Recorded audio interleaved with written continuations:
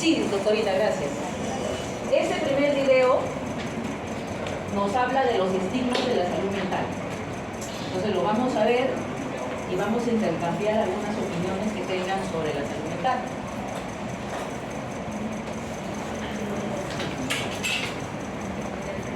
Pues igual que el que no sabe, no entiende, menos aún cuando le estás comunicando porque no hace eso.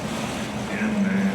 Hay tanto prejuicio y tanto estigma que la gente sigue pensando en camisas de fuerza, en habitaciones acolchadas, en sobremedicación, en manicomios y cosas así. Se piensa que las personas con problemas de salud mental ya, por ejemplo, no pueden tener una vida satisfactoria o no pueden cuidarse a sí mismo. Muchas veces todo lo contrario, nosotros albergamos un conocimiento que el resto de la población no tiene. Nos toca a nosotros y a nosotras luchar para que eso cambie. Notas que en el entorno la gente no te dice nada, pero no va contigo, porque aunque no lo digas, esa tiene algo raro, esa tiene algo especial, esa ha estado ingresada. No te lo dicen, pero sabes que lo saben.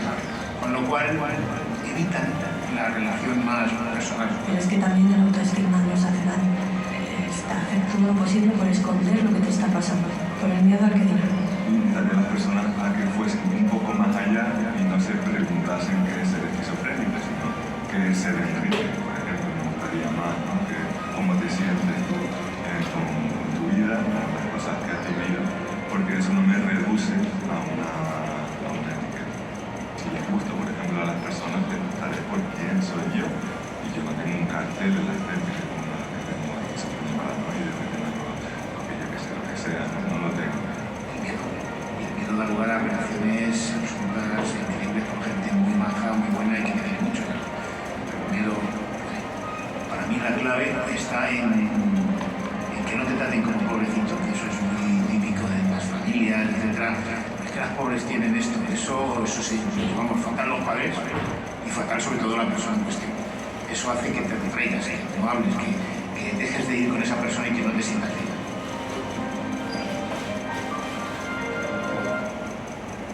¿Quién me puede dar algún comentario de este video?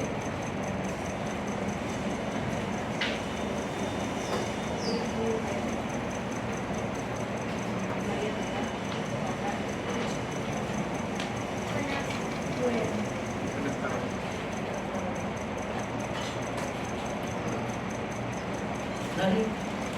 Ana Mozart. Ya sé que están en modo examen, pero vuelvo a repetir, ese es un tema importante, porque así no sean psiquiatras, van a haber pacientes con problemas de salud mental. O de repente ustedes ya tienen alguna amistad o tienen algún familiar con algún problema de salud mental, o alguno de nosotros puede tener algún problema de salud mental. Y este es un problema del día a día.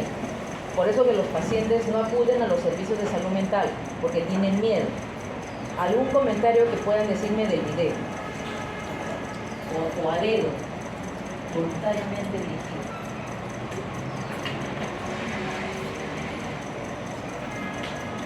A ver, que te veo pensativo. Sí, lo que el video demuestra son testimonios de personas que tienen enfermedad mental y que ellos mismos se dan cuenta que la sociedad los estigmatiza, como que les trata de separar, le dice que son pobrecitos, incluso ellos se dan cuenta, ¿no? Que nosotros lo dejamos de lado muchas veces. Nosotros tenemos, ellos mismos dicen, no tengo un cartel en la frente que diga que estoy enfermo mental, pero ya la sociedad ya los caracteriza de ese modo. ¿Cómo te llamas? Fran. Fran. Entonces Fran nos ha compartido su opinión, ¿no? En el tema de que, como dice en el video, el paciente decía, ¿no? Me tratan como pobrecito mi propia familia. Entonces, si mi propia familia me trata como pobrecito, ¿cómo me tratará el resto? Lamentablemente hay muchos estigmas de la salud mental. Se piensa que llorar es de débiles, porque de repente algunos varones que están acá, no sé si será el caso, algunas mamás o familiares cuando lloraban de chiquitos les decían no llores, el hombre no llora. O independientemente sea hombre o mujer, si nos caemos, nos dicen no llores, ríete, y nos distraen. Entonces, ¿qué es lo que están haciendo? Que desde chiquitos cortan que uno puede expresar su emoción. Pues al no expresar su emoción, crecemos de esa manera, reprimiendo nuestras emociones hasta que de repente en algún momento nuestros mecanismos de defensa colapsan y desarrollamos un trastorno de salud mental. ¿Cuál sería tu comentario del video? ¿Cómo te llamas? Marco, Marco, a ver, coméntanos. yo creo que sí es tipo, está bien arraigado el tema del estereotipo, ¿no? De que, por ejemplo, creo que me estoy pasando por algo y no lo digo, no sé, la gente me va a tomar como loco y prefiero guardar, y termina empeorando. Así que considero de que sí ha sido un problema, ¿no? Por el que dirán, por el que se está loco, no está loco. Gracias. En realidad sigue siendo un gran problema. Las personas no acuden porque dicen al psicólogo no voy, al psiquiatra menos, porque no estoy loco. Así se dice. Y lamentablemente se retrasa y cuando ya llega al psiquiatra es porque ya intentó suicidarse. ¿Saben ustedes cuántas personas en lo que ha empezado la clase han intentado suicidarse a nivel mundial? Y digan una cifra. Al minuto, ¿cuántas personas creen que se suicidan? No tantas. Ahí sí se nombran en casos. Cada 40 segundos, pero sí, hay una persona que se ha intentado matar o algo conseguido a nivel mundial. O sea, imagínense en esos 9 minutos, 10 ya, ¿cuántas personas ya lo han hecho? Más de 700.000 personas, y esa es estadística del 2020, o sea, ahora probablemente sea más, se suicidan al año. Es la cuarta causa de muerte en la etapa joven, en el curso de vida joven. Han aumentado los intentos de suicidio en adolescentes, en niños y adolescentes. Las estadísticas dicen que las mujeres lo intentan más, pero el hombre lo ejecuta. Por lo tanto, hay más suicidios en el varón que en la mujer. Por eso que es un tema importante, porque nosotros tenemos que evitar llegar al intento de suicidio. Para eso tenemos que decir que acude a los servicios de salud mental, porque a veces la gente dice, no, pero es cuestión de actitud. Pon de tu parte. Mira, cuando yo era chiquito o cuando era chiquita, yo tenía tantos problemas y yo nunca fui un psicólogo. Yo lo resolví solo. No sé si eso les parece conocido o lo han visto, porque eso suele pasar, porque los problemas de salud mental, aunque no los veamos, existen. Y así como están las enfermedades físicas, también existen las enfermedades de salud mental, porque tienen un componente neurobiológico. Entonces, ustedes que son casi médicos, recuerden eso, porque nosotros como médicos somos los más reacios en ir a atendernos por salud mental, cuando somos los que más problemas de salud mental tenemos, porque eso se ha visto a raíz de la pandemia. El personal sanitario es el que más se ha afectado en su salud mental, pero a pesar de eso son los que menos acuden a los servicios de salud mental. Incluso en la campaña, hicimos una campaña donde fue el grupo de práctica que está en mi centro, y un sábado, no sé si se habrán dado cuenta, había los alumnos tenían que hacer un tamizaje de depresión. Y recordarán cuando se acercó una señora y me dijo, doctora, yo creo que necesito que me vea salud mental. Y la señora entró en llanto. Y cuando le vi su ficha del flujo de la atención de la campaña, me di cuenta que no le habían puesto salud mental. Entonces yo digo, pero ¿por qué no pasa el flujo de salud mental al paciente? Y no era por el personal de salud, sino era que la misma paciente dice, no, yo no tengo ningún problema de salud mental, yo no necesito pasar. Pero ¿qué fue el cambio? La charla que dio el personal, sus compañeras, sobre depresión. Se sintió identificada y eso hizo el cambio. O sea, imagínense una sesión educativa de 10 minutos que pueden hacer ustedes de un problema de salud mental, puede evitar que esa, en este caso, que es ella, quisiera matarse, porque lo quería hacer. Entonces, por eso es importante esta clase. Como todas las demás, pero esta clase es especial. Hay otros 2 videos que los vamos a ver al final. Si no, igual creo que se los han pasado al chat. El otro video es de un tema muy importante que es la violencia, que es un problema de salud mental para nosotros. Y otro es cómo se ha ido dando en nuestro país el proceso de reforma de salud mental. Yo me he formado en el Hospital Noguchi, pero yo hago mi práctica de psiquiatría en un primer nivel de atención. Y realmente es mucho más satisfactorio para mí porque veo al paciente en su entorno. Y ese es el nuevo modelo de salud mental comunitaria. Entonces, esto es más o menos el contenido que vamos a tener. sé, como repito, que están ahorita parcialmente en la clase y parcialmente su mente está mirando, no su mente, no, sino sus ojos mirando las clases. Todos sabemos este concepto de salud, ¿no es cierto? Creo que es de la década del 40, desde que ustedes empezaron la carrera en medicina, se hablaba, ¿no? ¿Qué decía la Organización Mundial de la Salud? La salud es el completo estado de bienestar físico, mental y social y no solo ausencia de enfermedad. Obviamente ese concepto ha evolucionado. Ya no podemos hablar de completo estado, sino del mayor grado de salud. Ya no es una dicotomía, ¿no? Salud y enfermedad, sino que es un proceso. Eso ha ido evolucionando. Y cuando hablamos de salud mental, ahí les he puesto dos conceptos. Hay mucha letrita, pero en síntesis, la Organización Mundial de la Salud, tanto en el 2001 como en el 2004, nos dice que la salud mental es el estado de bienestar por el cual cada uno de nosotros nos hacemos conscientes de nuestras fortalezas que nos van a permitir hacer frente a las adversidades. No todos los que han pasado la pandemia han desarrollado trastornos de ansiedad, entonces es como preguntarnos por qué esa persona hizo y por qué la otra persona no hizo. Eso tiene que ver con su capacidad de adaptabilidad, su resiliencia que tenemos frente a la adversidad, con nuestras habilidades de afrontamiento. Y en el 2004 hay como una mejora, ¿no? En el tema de que es un estado dinámico, cambia. Por eso que los diagnósticos en salud mental no son estáticos. El psiquiatra no da un diagnóstico como por ejemplo un médico internista que puede hacerle una evaluación y le da el diagnóstico. El psiquiatra es horizontal, puede empezar con un diagnóstico, puede ir variando, no es estático. Y es en los diferentes contextos de la vida, o sea, cómo me desarrollo yo en mi trabajo, en mi estudio, con mi familia, con mis amistades. Finalmente, en síntesis, lo que dicen las palabritas es que salud mental es estar bien conmigo mismo y con los demás. Eso es lo que quiero que se lleven de la clase. Haciendo un poco de historia, para que digan, a ver, ¿a quién se le ocurrió esto de la salud mental comunitaria? La Organización Mundial de la Salud en la década del 50 se comenzó a evidenciar que tenía que haber una transformación y pasar de este modelo manicomial de todos al hospital psiquiátrico hacia la comunidad. Ya terminé la hojita, de ahí vamos a hacer preguntas.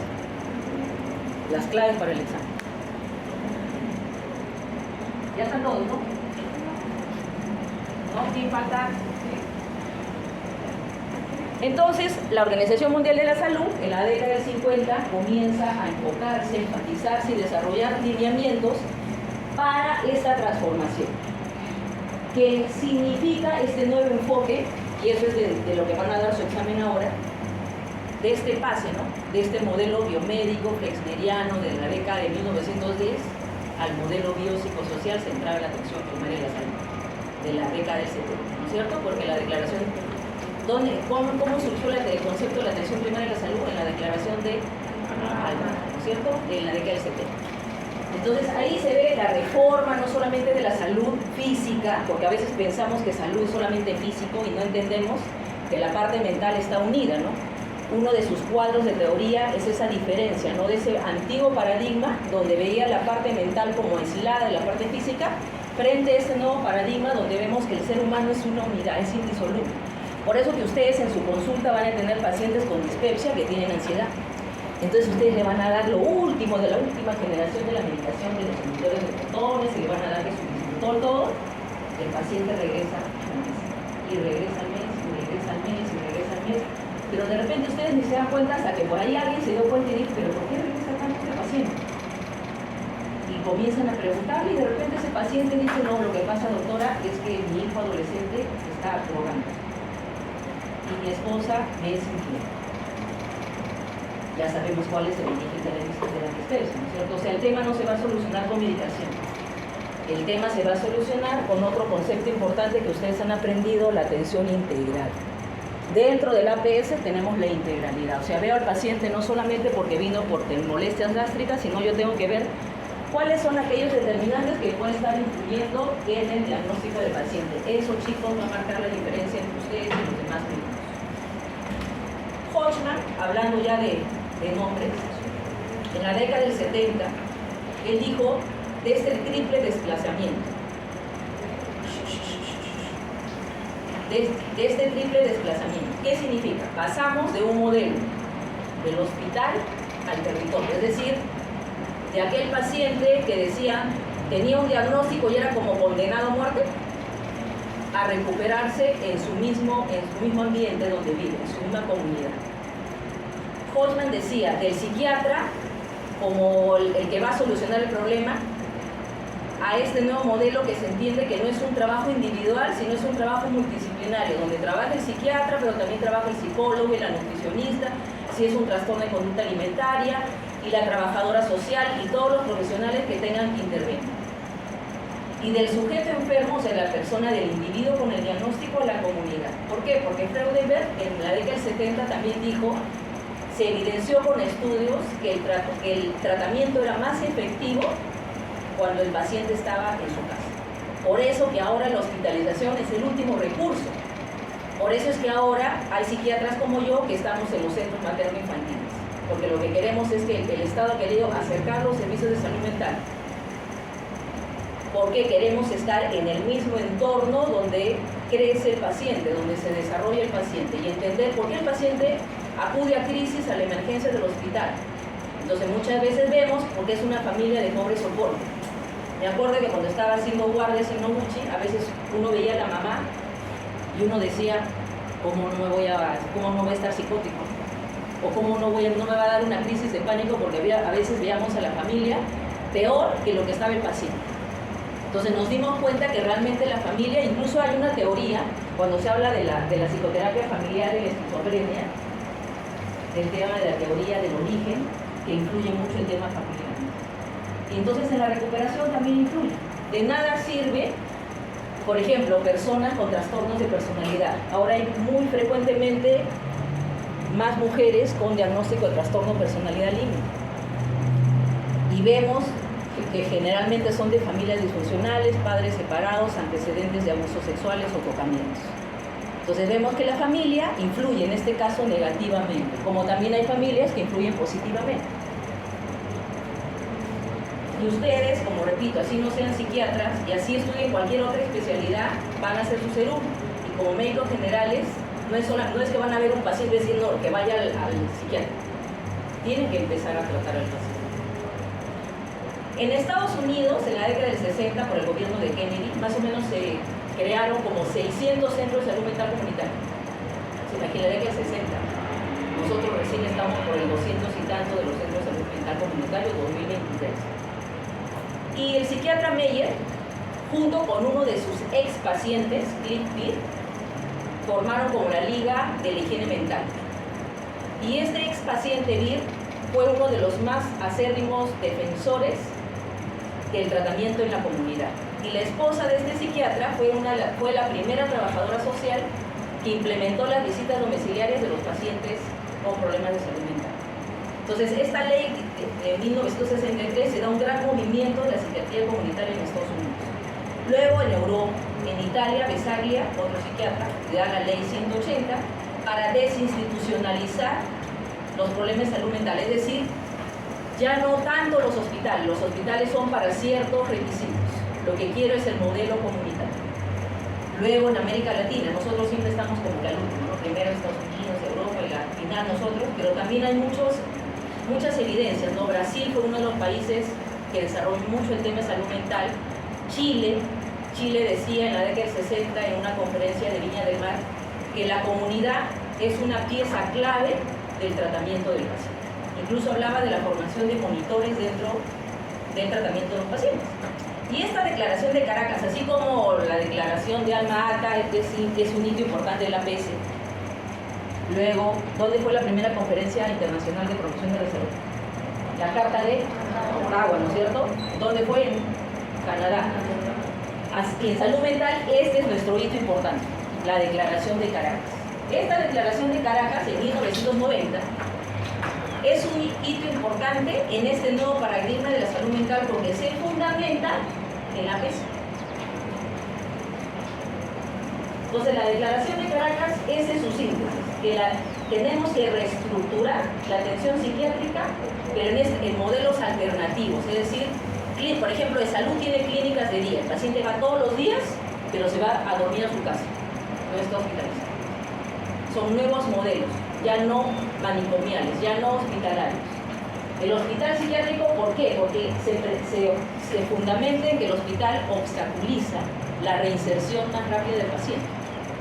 Ahora, con la nueva farmacología, ya no es como antes, que yo le daba al paciente medicamentos y el paciente a veces andaba como robot, como dormido, no podía hacer actividades. Ahora hay un sinfín de medicamentos que nos ayudan para esos efectos adversos, porque lo que queremos es que el paciente sea lo más independiente posible. ¿Por qué? Porque la vida no es eterna y si el paciente con esquizofrenia depende siempre de su familia, ¿qué va a pasar si alguno de sus papás muere? ¿Se va a volver una persona de la calle? No, ¿no es cierto? Entonces nosotros necesitamos esa rehabilitación en la comunidad. Entonces estos son los puntos importantes de esta declaración de Caracas, que marca un hito importante en este nuevo paradigma. Luego tenemos los principios de Brasilia, del país Brasil, donde fue uno de los países que más énfasis ha dado a la implementación de la PES. Y estos principios son principios rectores de lo que es la salud mental comunitaria. Se evidencia de que haciendo la salud mental comunitaria va a repercutir positivamente en el abordaje de la vulnerabilidad que había social. Incluso sigue habiendo ahora en todo, incluso en nuestro país, el tema de la violencia, el tema de la corrupción. La OMS, el MHGAP, lo van a ver de repente en su internado, en su salud. Ese es como un protocolo, es como una guía de atención. ¿Para qué? Para reducir las brechas de la atención en problemas de salud mental y consumo de drogas. Entonces la OMS creó este programa que se llama MHGAP. Hagan de cuenta que es como un protocolo de atención, que es lo que debo hacer en el primer nivel de atención, donde de repente no hay psiquiatra. La OPS luego determina el plan de acción sobre la salud mental. Luego tenemos conferencias regionales de Panamá, todo con la intención de ir fortaleciendo a nivel mundial este nuevo paradigma de la salud mental comunitaria, que también se fundamenta en el respeto a los derechos de los pacientes con problemas de salud mental.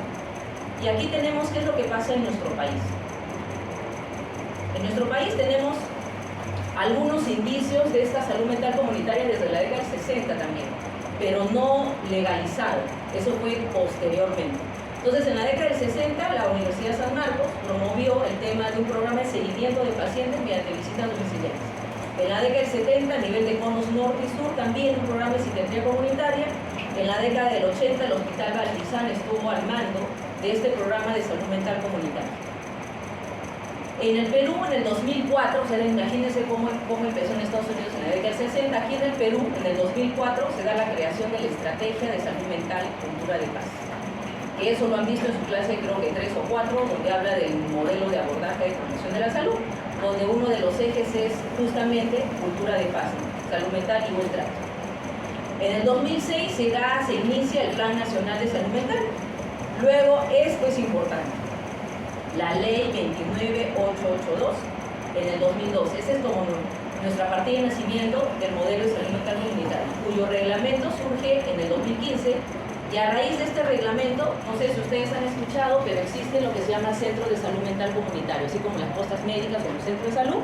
También existen centros de salud mental donde solo hay psiquiatras, psicólogos, terapeutas. Y eso se logró con esta ley, por lo tanto, para nosotros es como nuestra partida de nacimiento. En el 2013 también fue un gran avance. ¿Por qué? Porque antiguamente no solamente era el estigma de decir tengo un problema de salud mental, sino encima era la exclusión de no poder acceder a los servicios porque los medicamentos psiquiátricos no son baratos.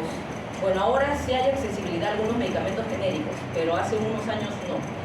Pero a raíz del 2013 el CIS comenzó a cubrir las atenciones psiquiátricas.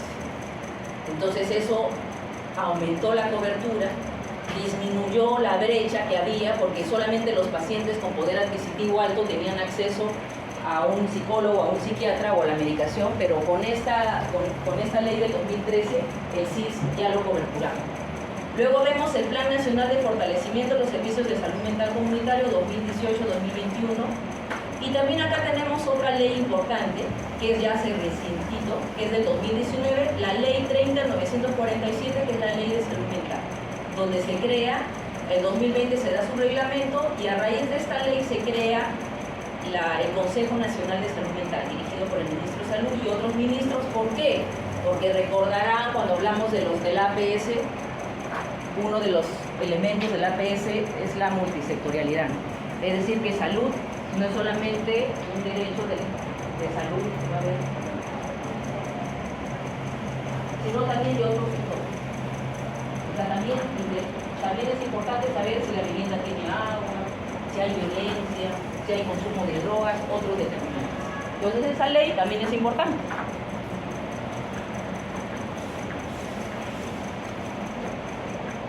Eso ya les mencioné de las leyes. Eso es para que vean un poco de estadísticas, son un poco retrasadas, pero igual son importantes. Lo que les estaba hablando de los intentos suicidas, más en los varones que el tema de la consumación, pero la ideación es más en las mujeres. Según el ENDES es la encuesta nacional demográfica, ¿no?, de hogares, la violencia familiar, que es un gran problema en salud pública en este momento, refirió que en 2021 que aproximadamente el 54.9% de las mujeres entre 15 y 49 años han sufrido algún tipo de violencia por parte de sus parejas o familiares. Imagínense, casi el 60% de mujeres. Y esto incluso se ha visto más en pandemia, porque recordarán que en pandemia, ¿qué pasó al comienzo? Era cuarentena, ¿no es cierto? Entonces todos encerrados. Entonces imagínense el agresor viviendo con la víctima las 24 horas. Porque antes siquiera pues el agresor se iba a trabajar, la víctima se quedaba en su casa y al menos pasaba algunas horas libre, entre comillas, ¿no? Pero ahí estando juntos, obviamente causó más violencia. Solo que hay subregistros que ahora lo vamos a ver. ¿Por qué? Porque aunque hay muchas leyes que se han dado, las mujeres siguen sin denunciar.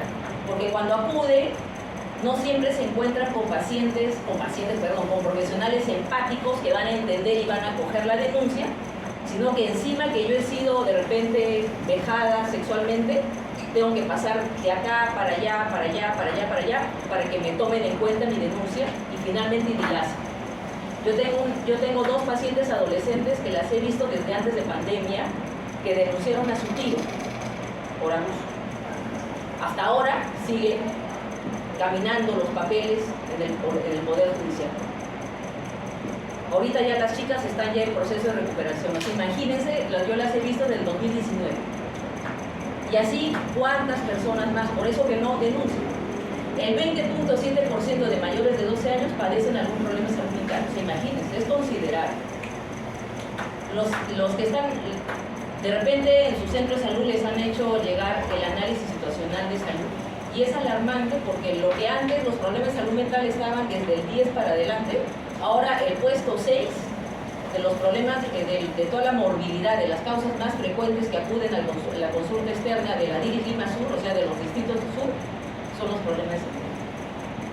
Entonces, si no tomamos nosotros como médicos conciencia y vemos al paciente en su integralidad, realmente esto va a ser una pandemia, que era lo que nosotros los de salud mental veíamos, ¿no? Cuando empezó el tema de la pandemia sabíamos que la pandemia de salud mental iba a ser después. ¿Y por qué es importante finalmente también esta clase? Porque los trastornos de salud mental reducen la calidad de vida, la capacidad funcional, porque un paciente con depresión no tiene ganas de ir a trabajar, y si va porque ya lo están obligando, porque quiere quedarse en su cama. Pero no porque sea flojo, ¿no? Porque hay algunos familiares que llegan y me dicen, pero doctor, es que él es flojo o ella es floja, no quiere hacer nada. Pero ¿cómo va a ser? Pues si está con depresión, no es que sea flojo. Ese es otro estigma, son mitos de la salud mental. Entonces reduce la productividad, porque esa persona que de repente cuando estaba bien rendía al 100%, ahora que está en depresión, produce como un 40-50%. Y muchos son jóvenes, es la población económicamente activa de nuestro país.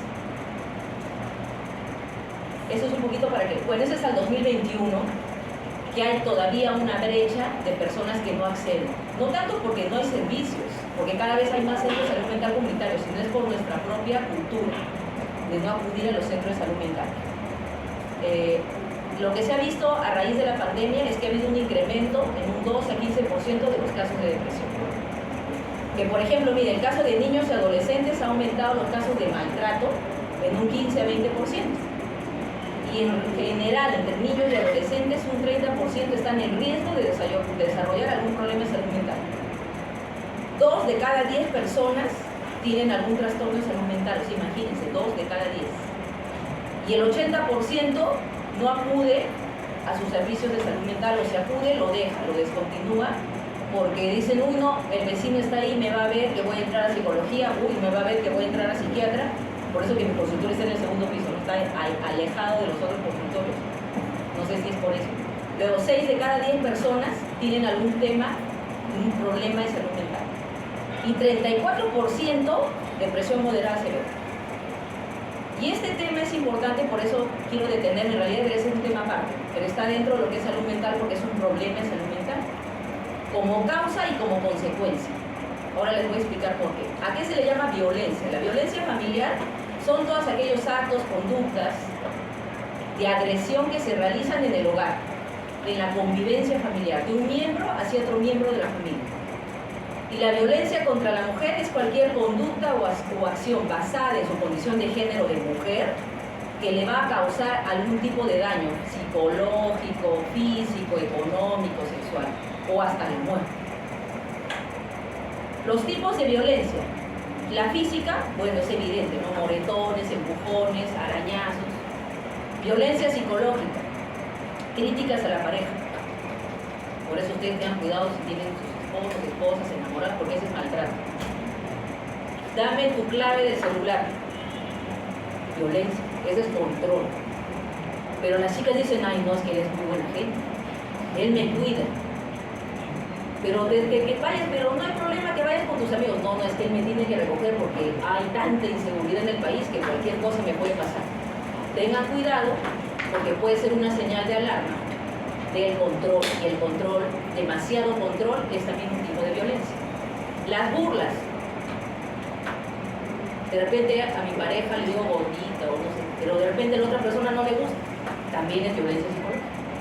Las humillaciones no sirven para nada. Mira, te salió esta comida, voy humillándola a la paciente, a la mujer.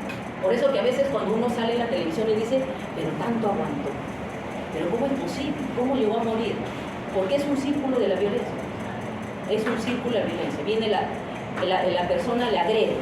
Luego viene un periodo de luna de miel donde te pido perdón, lo siento mucho, no sé qué pasó, estaba con alcohol.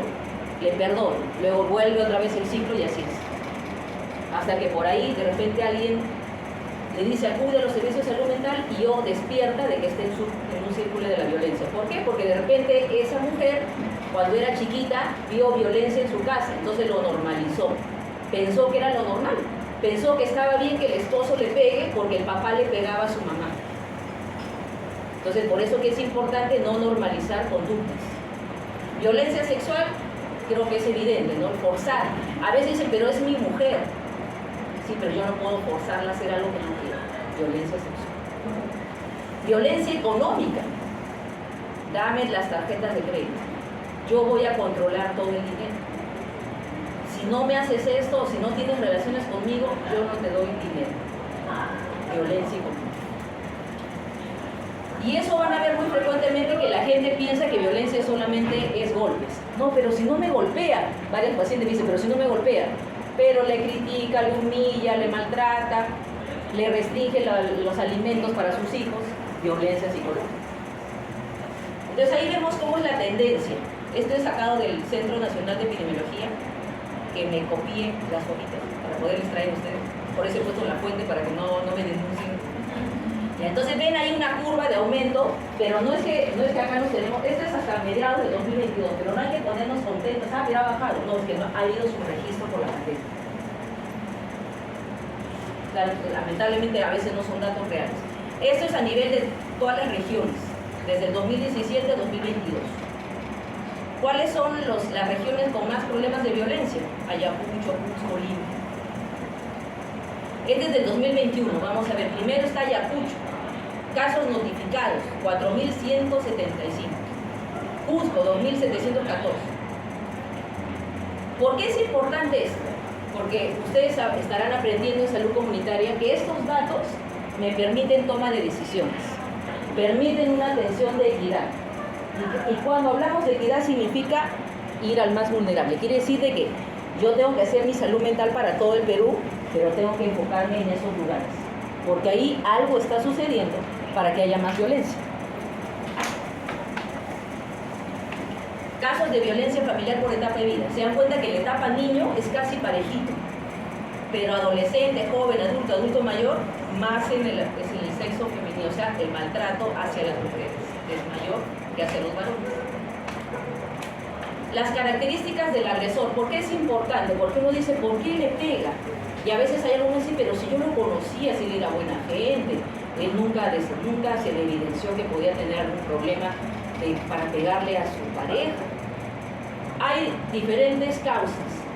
Una es la que ya les he dicho, que de repente el agresor vivió en un ambiente de violencia. Entonces, las personas que viven en un ambiente de violencia, hay tres posibilidades, que no les afecte, o hay dos otras, o me vuelvo agresor o me vuelvo víctima. Entonces aquí vemos, según las estadísticas del año pasado, que contrariamente a lo que uno puede pensar que la mayoría está bajo los efectos del alcohol y las drogas, acá vemos que no, que el 76.3% no tenía ningún efecto de sustancias. Sí es una causa importante de la violencia, pero en estos casos no. De repente son personas con pobre control de impulsos, explotan, porque desde chiquitos no les enseñaron a regular emociones. ¿Por qué? Porque de repente la mamá y el papá, el niño abría la boca y el papá y la mamá toma. Entonces, ¿qué desarrollo? Hijos con pobre tolerancia a la frustración. ¿Por qué? Porque como papá y mamá me enseñaron que me tienen que dar todo, entonces yo creo en mi inconsciente de que el mundo alrededor me tiene que dar todo a mí. Y si no me da todo, hago berrinche. Solo que el berrinche ya no es como el niñito que se tira en el piso, ¿no? El adulto ya no se va a tirar al piso. ¿Qué hace el adulto? Pega, golpea, o se autolesiona, o rompe cosas, o golpea. Porque no se educó en sus habilidades de regulación emocional. Por eso es tan importante las clases que ustedes están haciendo de la ficha familiar, de las pautas de crianza, una de las funciones de la familia. Si yo no doy pautas de crianza, yo no pongo límites, o la mamá le dice al hijo, mira, si sigues portándote mal, yo te voy a quitar el celular. Pero se siguió portando mal, pero el chiquito dijo, no mamá, es la última, de verdad que es la última, ya, toma el celular. Entonces estoy generando un mensaje confuso. Entonces el niño va a decir, no importa lo que yo haga, porque igualito yo le suplico a mi mamá y mi mamá me va a dar. Entonces se dan cuenta cómo desde pequeñito se va formando la personalidad, que ustedes ya tienen formada su personalidad, se desarrolla por dos cosas, el temperamento, que son lo que heredamos de papá y mamá, querramos o no querramos, son cosas que heredamos de nuestra familia, y el carácter, que son nuestras experiencias de vida.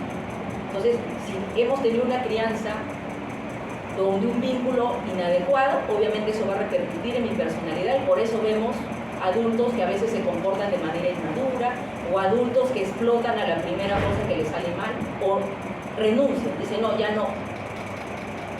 ¿Qué hora es?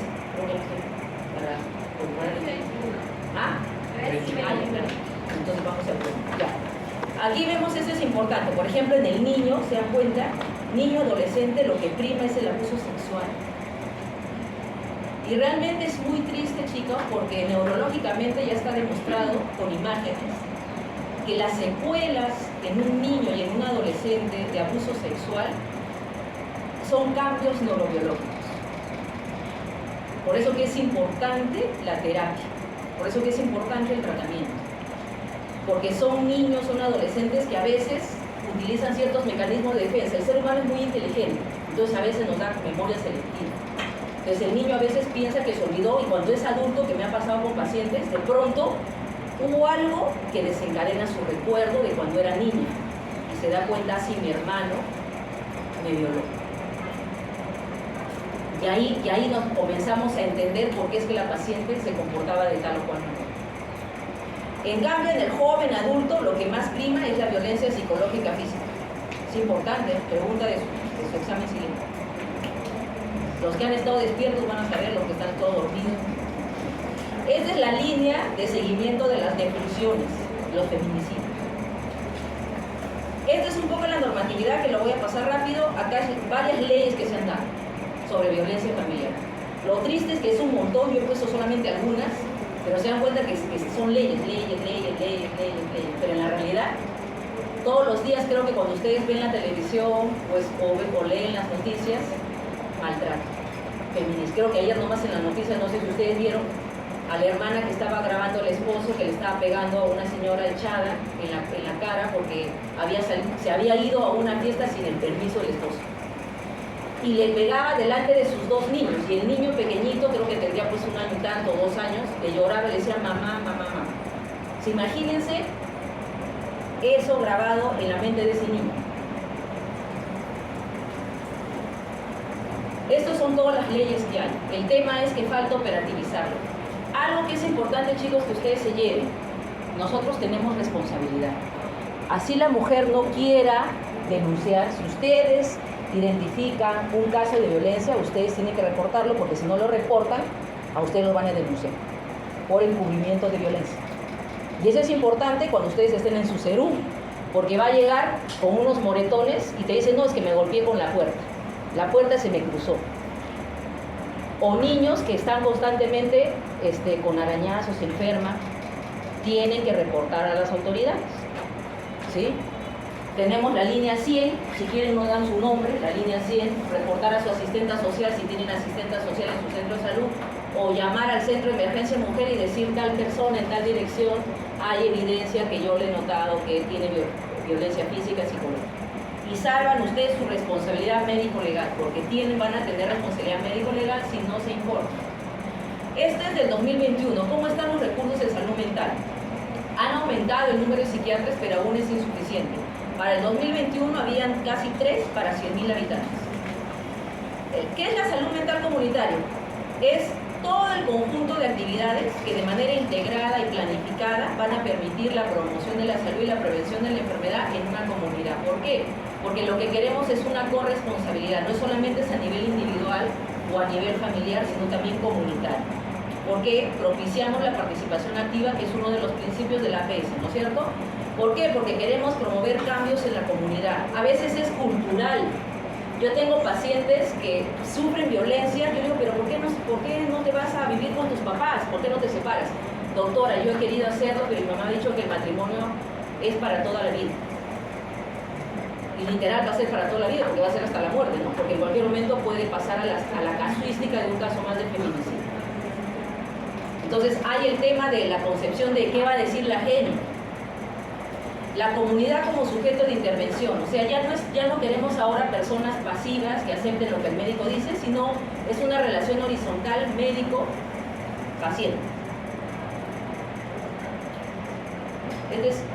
Bueno, eso más o menos resume. Ustedes saben los objetivos del desarrollo sostenible, que lo he visto en algunas de sus teorías que han visto. El objetivo 3 tiene que ver con salud y dentro de eso está salud mental. Carga de enfermedad, o sea, las enfermedades neuropsiquiátricas representan más o menos el 17.5% de carga de enfermedad, o sea, es alta. Se cree que la depresión va a ser una de las causas mayores a nivel mundial de una pandemia. ¿En qué consiste este modelo de salud mental comunitario? Enfocar la integración de lo que ya les dije y lo que han visto en su teoría también. Salud mental no está separada de la salud física. Por ejemplo, vemos que en cáncer de cabeza de páncreas es muy frecuente la depresión. Pacientes con diabetes, no adherencia al tratamiento, no mejora, pero si le estoy dando lo mejor, está haciendo dieta, depresión. Por eso digo, si ustedes solamente vemos la visión tubular del diagnóstico y la parte física, van a perderse la gran oportunidad de poder realmente lograr un impacto positivo en su paciente. El modelo centrado en la persona, familia y comunidad, que ustedes ya lo saben, que es este modelo biopsicosocial. El abordaje de los determinantes de la salud. Entonces, son varios los determinantes, no es uno solo. Intervención interdisciplinaria, o sea, no es solamente el sector salud, también tiene que ver el Ministerio de Justicia o el MIDIS, de poblaciones vulnerables. Entonces, todos los actores que tienen que intervenir para reducir, por ejemplo, la violencia. Y un enfoque territorial, porque lo que queremos es lograr una continuidad en la atención y a las zonas más vulnerables. La continuidad y cuidados, la recuperación de las personas, lo que ya les dije, ¿no? O sea, recuperar al paciente. El hecho que tenga un problema de salud mental, como lo vieron en el video, no tiene por qué etiquetar a nadie, porque uno es más que un diagnóstico. Mi diagnóstico no me define como ser humano. La corresponsabilidad que debe haber con la comunidad, el enfoque que es de equidad de género, de interculturalidad, o sea, respetar las costumbres de la comunidad donde ustedes, por ejemplo, van a ir a hacer su CERU. Yo no voy a llegar a mi CERU y voy a decir, pero ¿cómo es que ustedes hacen eso? No voy a decir eso, porque de plano la comunidad no va a ir a mi consultorio. Yo tengo que buscar otros recursos para lograr de repente sensibilizar a la comunidad si yo veo que hay algún estilo que no sea muy adecuado para su salud. ¿Cuáles son las estrategias para poder desarrollar este modelo de salud mental comunitario? Fortalecer el primer y segundo nivel de atención. Por eso es que ahora existen los centros de salud mental comunitario, porque los hospitales deben ser solo para casos graves y para hacer investigación. Todo lo demás debe ser en la comunidad. Tiene que ser una acción intergubernamental, es decir, nivel del Estado, gobierno general, ¿no? Desde el Estado del presidente, gobiernos regionales, locales, todo. La comunicación en salud mental, lo que les hablaba del estigma, o sea, dar mensajes de que no hay salud sin salud mental, era un mensaje que hace años se decía, no hay salud sin salud mental. De poder acudir, de no tener miedo de ir a mi establecimiento de salud. Por ejemplo, la línea 113, es algo que también quiero que se lleve, la línea 113, anexo 5, funciona a las 24 horas. Alguien que tiene algún problema de salud mental, puedo llamar a la línea 113, anexo 5. Investigación, porque yo tengo que hacer investigación para ver, qué determinantes son los que están influyendo en problemas de salud mental en mi comunidad. Y cooperación nacional e internacional, a ver, ¿cuál es la evidencia de otros países? ¿Qué modelos han desarrollado que yo puedo implementar también en mi país? A nivel individual, ¿qué es lo que nosotros queremos? Ustedes, por ejemplo, cada uno de ustedes desarrolla confianza en sí mismo, seguridad, proyecto de vida, capacidad de disfrutar la vida. Yo me acuerdo que uno de los doctores, muy buen docente de mi residencia de psiquiatría, decía, ya, vayan a cuidar su salud mental. Y eso se me ha quedado, y a veces lo repito, de cuidar nuestra salud mental, no todo es estudio. Es importante que al menos destinemos un tiempo de nuestra vida para hacer las cosas agradables, porque eso va a ayudar a evitar que colapsemos. Facultad de postergar impulsos, lo que hablamos de lo que les digo de regular emociones. O sea, no porque algo me genere cólera yo voy a ir y le voy a agarrar de las greñas a la persona, ¿no? O sea, yo tengo que saber, cómo es que voy a reaccionar. Lo que voy a hacer es coherente a lo que me pasó o me desbordé. Acción creativa, porque se está viendo que cuando nosotros trabajamos nuestros dos hemisferios, eso también ayuda a mejorar nuestra salud física y mental. A nivel familiar, primero, lo que ya les dije, límites de cada uno de los miembros de la familia, pero no se ve límites, por eso hay faltamientos de respeto, por eso no se sabe. Adolescentes que tienen que cuidar a niños porque ambos papás trabajan, entonces el adolescente ya no vive sus etapas y piensa que es el papá del niño, se invierten roles. Seguridad y soporte, o sea, el paciente y en general todos nosotros tenemos que sentir que nuestra familia es nuestra red de soporte, que nos va a permitir mejorar la comunicación, desarrollar nuestras capacidades. A nivel social también, realizar relaciones sociales que logren canalizar sus potencialidades. O sea, imagínense cómo estamos como sociedad, cómo está nuestra salud mental como país. Vimos después que comenzó ya a salir el tema de regresar al colegio, regresar a las universidades, cómo los jóvenes se tratan, ¿no? El bullying. O sea, veíamos videos en la televisión que entre adolescentes, el otro día he visto que a un adolescente le tiraron no sé qué cosa en la cabeza, que ha ido al hospital, que tiene un problema de audición. Tanto era el bullying que no sé si ustedes escucharon esa noticia de esa chiquita que felizmente está viva, no sé si se lanzó o qué sucedió, que cayó del tercer piso, ¿no? Del colegio, segundo piso, no sé. Entonces imagínense como sociedad, ¿qué cosa estamos haciendo? Facilitar la participación comunitaria y buscar la equidad. Dentro del plan de estrategia de salud mental, esto es de la estrategia de nosotros, es fortalecer la capacidad rectora del MINSA, impulsar todo lo que son las actividades de prevención, promoción, reorientar los servicios de salud mental a la comunidad. ¿Qué es la promoción de salud mental? Este concepto ustedes ya lo han visto porque lo han visto en su clase. Es casi lo mismo. Son las condiciones individuales, sociales, ambientales que permiten un adecuado desarrollo, en este caso un desarrollo psicológico óptimo, para lograr una salud mental positiva y tener una mejor calidad de vida. Esto ya lo han visto. Por eso que él decía que uno de los ejes temáticos es promoción de la salud mental, buen trato y cultura de la paz. Este modelo, que es de hace varios años, del 2003, todavía sigue vigente. Esto lo han visto de la Carta de Ottawa. Son los 5, digamos, niveles de intervención. Conformación, políticas saludables, crear ambientes de apoyo, fortalecer la acción comunitaria, desarrollar habilidades personales y reorientar los servicios de salud. Eso les va a quedar en su PPT. Esto es un poco qué es lo que ustedes buscarían en un niño para la salud mental. Por ejemplo, en un niño de 0 a 2 años, fomentar en las familias una actitud de observación constante a los cambios en el desarrollo de los bebés. A veces vemos niñitos, por ejemplo, personalidades disociales. Desde pequeñitos mataban a sus mascotas. Pero los papás nunca lo llevaron, minimizan, queremos tapar el sol con un dedo porque cómo pues como papá, mamá reconocer que tiene un problema. A eso se refiere, que desde pequeñitos no debemos nosotros tapar el sol con un dedo y ver si hay alguna posibilidad que de repente mi niño o mi niña puede ser que está teniendo conductas que de repente no están acorde a lo de un niño o una niña de ese día. A veces el niño habla lisuras, ¿no? Por así decirlo, y uno se ríe, como si fuera una gracia.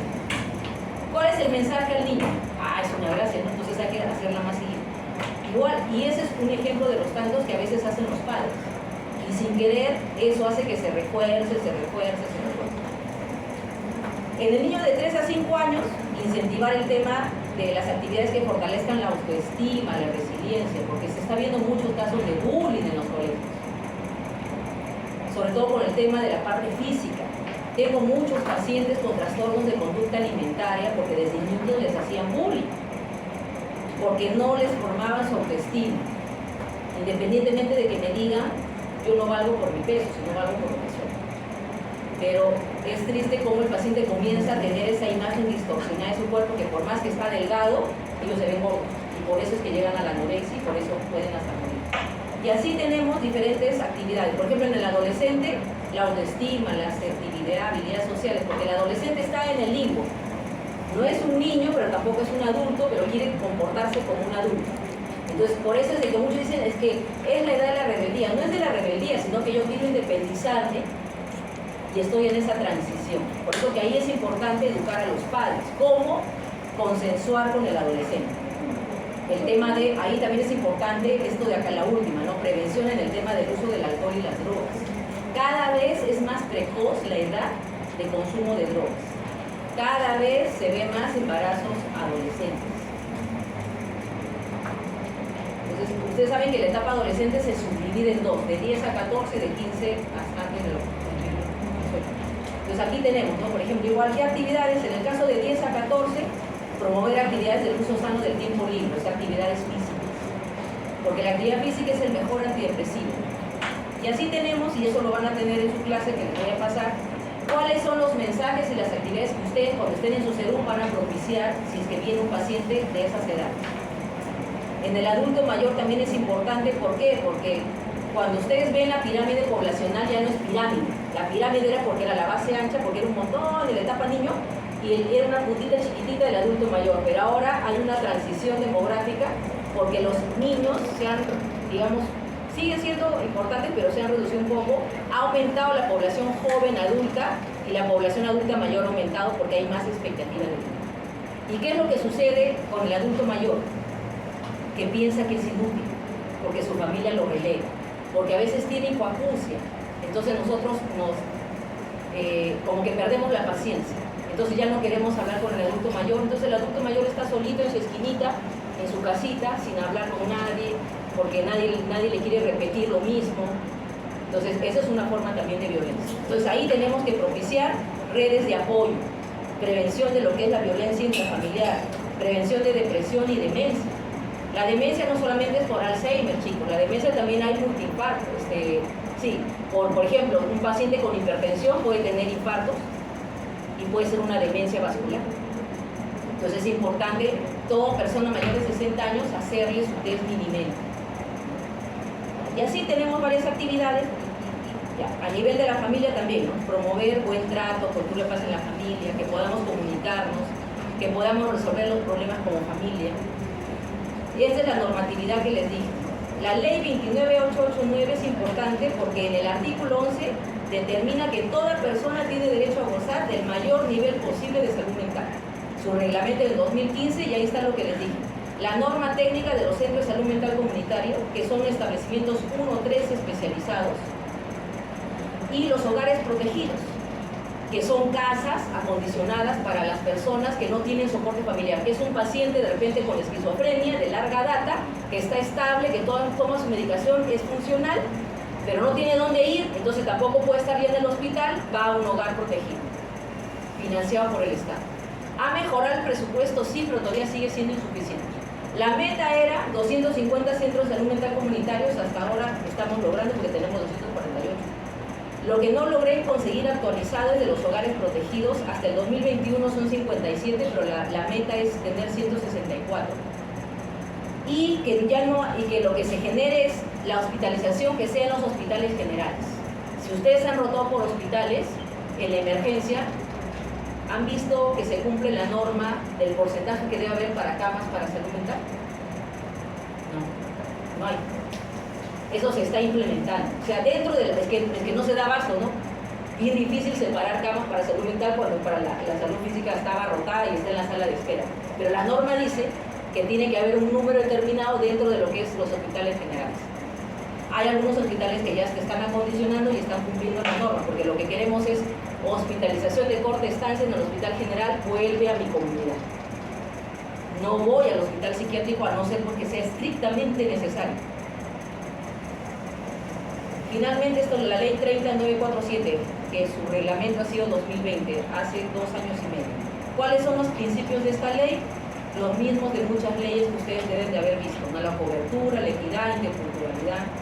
Este enfoque de ciclo de vida que ustedes ya lo conocen, de discapacidad, este enfoque de multisectorialidad, las actividades de promoción y prevención. Recuerden, ustedes han visto en una de sus clases teóricas, la historia natural de la enfermedad, prevención primaria, secundaria, terciaria, cuaternaria. Entonces, la creación del Consejo Nacional de Salud Mental. Ha habido grandes avances y a raíz del COVID también surgió esta normativa, porque ya les he mencionado que, por ejemplo, los estudios han demostrado que el personal sanitario es el que más se ha afectado. O sea, yo conozco médicos que han desarrollado trastorno obsesivo compulsivo, o sea, ya tenían cuadro de ansiedad previo. Entonces, se lavan constantemente, porque tienen que desinfectar todo, a pesar que ya estamos en otro escenario, siguen esos comportamientos, o ese miedo a enfermarse. El miedo a enfermarse es algo que ha quedado en muchos pacientes. Incluso cada vez que se enfermaban de COVID era una nueva reagudización de su cuadro. Crisis de pánico por el miedo a morir. Porque lo que lamentablemente pasó en la pandemia es que no eran los duelos que uno habitualmente tiene. O sea, sabemos que la muerte es inevitable para todos, pero cuando muere un ser querido, nosotros lo velamos. Hay un ritual que hacemos de despedida a nuestro ser querido. Pero imagínense, no sé si eso les ha pasado a ustedes, llegar al hospital con el familiar, no saber nada, de repente ni me llamaban, y de pronto me dicen, murió. Entonces uno dice, pero ¿cómo? Si yo lo dejé caminando y me van a decir que está muerto, y encima al comienzo no se podía hacer velatorio, ¿no? Se tenía que cremar. O sea, era un duelo realmente que hacías de frente, duelo patológico. Hablamos de duelo patológico más de un año, pero acá no. Era de frente hacer duelo patológico porque era bien difícil procesar eso. Y sobre todo en familias donde habían varios miembros de la familia que fallecían, no era solamente uno. Entonces realmente ahorita estamos comenzando a ver, desde hace un año, toda la problemática que está saliendo de salud mental. Y chicos, un poco lo que quería, ¿qué hora es? Ah, ya. Si nos queda tiempo para ver los videos. Voy a ver si lo puedo poner acá y si no, voy a buscarlo acá.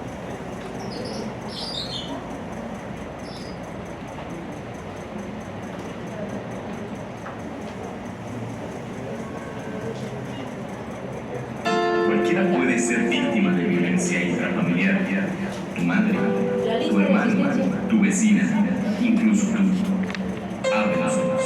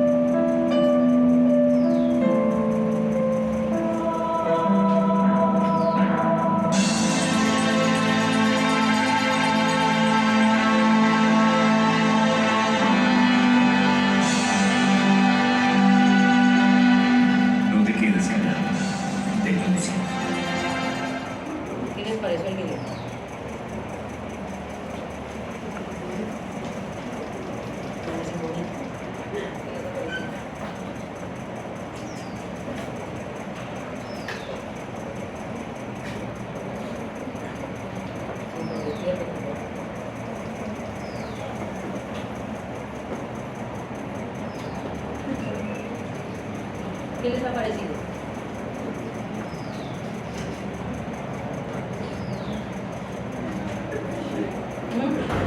A ver, el paso que llevamos listo. Castillo, Solórzano. Dime, Alejandra. Súper impactante, la verdad, porque hemos visto que se refleja que casi el mayor porcentaje de mujeres son las que callan y no visibilizan esa violencia, no están conscientes. Otra cosa que me llamó mucho la atención es casi la penúltima frase que decía porque mis papás lo quieren mucho porque los ayudan demasiado. Es muy impactante. Sí, es verdad, gracias Alejandra, y es cierto, ¿no? Es más, algunos papás, lo que pasa es que el agresor a veces puede tener algún problema de personalidad, de repente no siempre, ¿no? Podría tener, y a veces esconde su personalidad, entonces es solamente con la mujer que es agresora, pero con los papás es como un amor, ¿no? Y a veces los padres dicen, pero es que tú qué habrás hecho que te ha hecho eso o te ha pegado. O sea, imagínense, o sea, la misma familia, me parece que fuera la familia de ¿qué habrás hecho? Entonces, lamentablemente, vivimos en una sociedad machista, en una sociedad donde todavía priman mucho estos conceptos de falta de equidad de género. Entonces, es importante, chicos, este video, porque ustedes, yo no sé si alguno ya es papá o no, mamá, o si ya son casados o no, esto también es para su vida, porque ya les he dicho que hasta el simple hecho de criticar, de cuestionar a mi pareja, también puede ser considerado una violencia si es de manera repetitiva, sistemática y la otra persona obviamente le está causando un daño. A ver, Navarro Castro, María, sí. ¿Qué me puedes decir del video?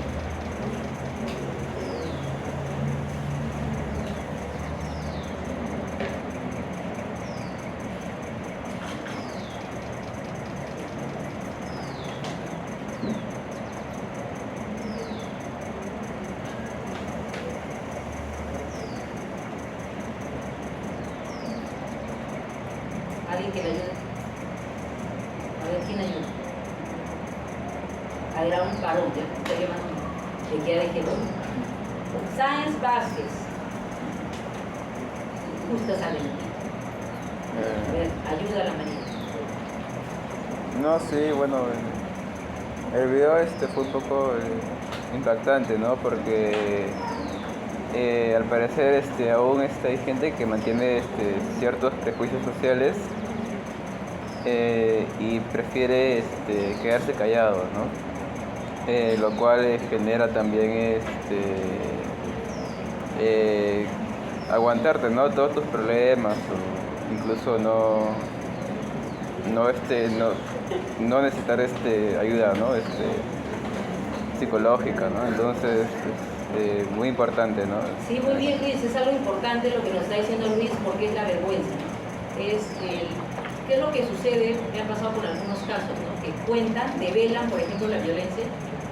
Eso me ha pasado en el caso, por ejemplo, de violación en adolescente, y tiene que develar que ha sido el tío, el abuelo, una división de la familia. Unos comienzan a decirlo, no es tú estás mintiendo, eres una mentirosa, tú has provocado. O sea, imagínense esos mensajes a una niña, porque la paciente en ese entonces tenía 9, 10 años. ¿Qué vas a provocar 9, 10 años? Y en ninguna edad. Entonces miren esos mensajes que se... Entonces la niña encima que su sexualidad ha sido vulnerada, que esa niña se baña constantemente porque se siente sucia, también se siente culpable porque tanto le dice a su familia que de repente tú eres culpable, o mira por lo que has ocasionado a la familia, mira la división, mira tu tía se ha tenido que separar de tu tío, mira has dejado sin papás a tus primos porque lo han tenido que llevar a la cárcel. Entonces en vez de apoyarla, todavía la maltratamos más. Entonces se siente culpable. ¿Cómo va a crecer esa niña? ¿Cómo va a crecer esa adolescente? O sea, dense cuenta de la repercusión de las palabras que nosotros podemos decir. Hay un lenguaje verbal y un lenguaje no verbal en salud mental. Y finalmente, este video, ya no lo voy a preguntar, solamente lo van a ver. En realidad, el inicio del cambio tiene mucho que ver con las demandas, especialmente de la población que fue víctima de la violencia política, y también con algunas experiencias de intercambio con colegas de países que habían podido desarrollar mejores servicios de salud mental, y esto fue generando que, por ejemplo, en el año 2012 se aprobara la modificatoria de la Ley General de Salud, mediante la cual se indica la reforma de la atención de salud mental.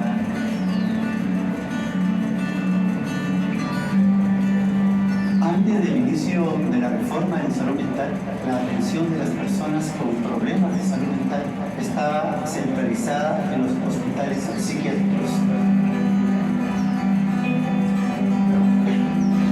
Me acuerdo que iniciamos las primeras campañas de trabajo con la participación activa de la comunidad, ¿no? Había un lema que decía salud mental de la mano con la comunidad. Y lo más importante, servicios cercanos a las poblaciones más vulnerables.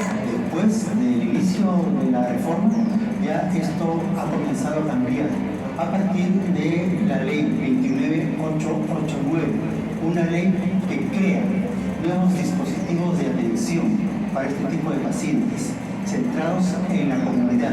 Es la forma de ver y centrar la atención en la persona, la familia y la comunidad, en las necesidades de la persona. La Organización Panamericana ha tenido influencia en todo el proceso. Dio pie a que, por ejemplo, se aprobara la modificatoria de la Ley General de Salud, así como también a que se empezaran a implementar los primeros servicios de salud mental comunitaria. La OPS para nosotros es un aliado estratégico, siempre trabajamos de la mano con ellos. Creo que también sería importante que continúen en este trabajo que vienen haciendo y que también puedan contar con los presupuestos necesarios para seguir apoyando al país. Los retos del futuro para nosotros implica la expansión de la red, es tener al 2021 alrededor de los 280 centros. Y el segundo reto es la desinstitucionalización de los pacientes con problemas de salud mental largos años operados, albergados en los hospitales psiquiátricos. Esto significa que pasarlos a vivir a los hogares protegidos. Que los nuevos profesionales que van saliendo de las universidades tengan una forma de ver a la salud mental también desde otro enfoque, no un modelo muy biológico, sino un modelo psicosocial. También que las autoridades del país puedan pensar de que la salud mental necesita presupuesto para poder implementar mayor cantidad de servicios. Aquí, en realidad, la idea de este modelo es que el centro vaya al sitio donde está ubicado el usuario. El diagnóstico que me dieron fue TOC, que significa trastorno obsesivo compulsivo. Sinceramente me siento cómodo, me siento protegido, hay una integración psicosocial con las terapias, me traen también los enfermeros, la psicóloga. La atención acá es mucho mejor que en otros sistemas. Te tratan con cariño, con bastante amor. Yo me siento como estuviera en casa. La salud mental no solamente es la enfermedad, sino también es el bienestar de las familias, de los niños con sus padres, de esas familias, de esa población, de ese distrito, de esa comunidad, que empiece a empoderarse y a ver la salud mental ya desde una mirada saludable.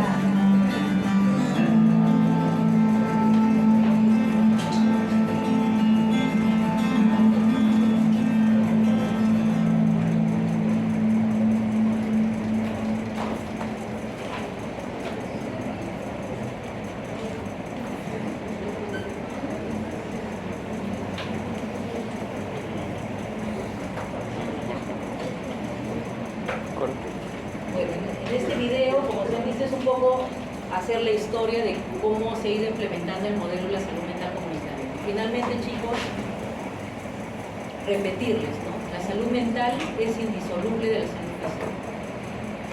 Si queremos tener una población sana, también tenemos que cuidar la salud mental, porque una población más saludable va a hacer que un país sea más saludable y más desarrollado. Recuerden un poquito esos videos, lo que hemos conversado. Este tema de la violencia es para nosotros un problema de salud pública porque cada vez está en aumento. Entonces nosotros podemos hacer la diferencia. Si identificamos algún caso probable de un niño, una mujer o algún miembro de la familia en situación de maltrato, tenemos que notificarlo. Si tenemos alguna duda, preguntar a algún profesional del establecimiento con más experiencia, o a las trabajadoras sociales. Las asistentas sociales son las que también manejan mucho el tema de las leyes para el tema de la denuncia, porque eso nos va a evitar a nosotros también tener problemas médicos legales, porque como les decía, por encubrimiento, van a decir, pero si pasó y el doctor y la doctora, ¿qué hicieron? ¿Qué dijeron? Y podemos salvar una vida, porque lo triste sería que aquella mujer que ustedes vieron en la emergencia y no se denunció, después acabe muerta. Entonces, ¿cuál va a ser el grado de responsabilidad que vamos a tener? ¿Cómo nos vamos a sentir nosotros? Entonces, ustedes están jóvenes, chicos, entonces cuidemos nuestra salud mental, tengamos mucho cuidado de cuidarla. ¿Cómo cuidamos nuestra salud mental? Actividad física es el mejor antidepresivo. Tiempo de ocio, que yo le llamo, o sea, actividades agradables. Es importante que ustedes busquen hacer actividades agradables, porque eso me va a permitir desfogar, por así decirlo, desahogarnos de tanto estrés que tenemos, porque vivimos bajo mucho estrés. El estrés es una respuesta fisiológica del ser humano. O sea, todos nos preocupamos. Por ejemplo, muchos de ustedes están con estrés, de repente están con taquicardia por el examen. Están diciendo, ya llegó el examen, ¿qué dirá ahí? ¿No? Pero pasa el examen y vuelve a su normalidad. Ese es un estrés agudo. Pero ¿qué es lo que sucede cuando una persona está sometida con un estrés crónico de todos los días? Puede desarrollar enfermedades como trastornos de ansiedad y depresión. Mandar el mensaje de que, así como yo le digo a la señora, vaya y lleve a su niñito para vacunas, si tengo algún problema de salud mental, si me siento triste más de 2 semanas, la mayor parte del día, puedo tener depresión. Si siento que me desespero, que me falta el aire, que me pongo nervioso, que me sudan las manos, que me palpita, puedo tener ansiedad. Acude a tu centro de salud más cercano, no tengas miedo. Esos son mensajes que ustedes tienen que transmitir a sus pacientes. Que no está mal pedir ayuda, que no debemos sentirnos con vergüenza, porque eso puede evitar muertes. ¿Sí? Entonces, estos eran los mensajes, ahí tienen los videos para que los puedan ver. Y sensibilizarlos, espero haberlos sensibilizado un poco más en la problemática de la salud mental, pero también los grandes avances que se están dando en nuestro país en la implementación del modelo de la salud mental comunitaria. Gracias, chicos, y ahora vamos a alistarnos para el examen, que va a ser 4:10.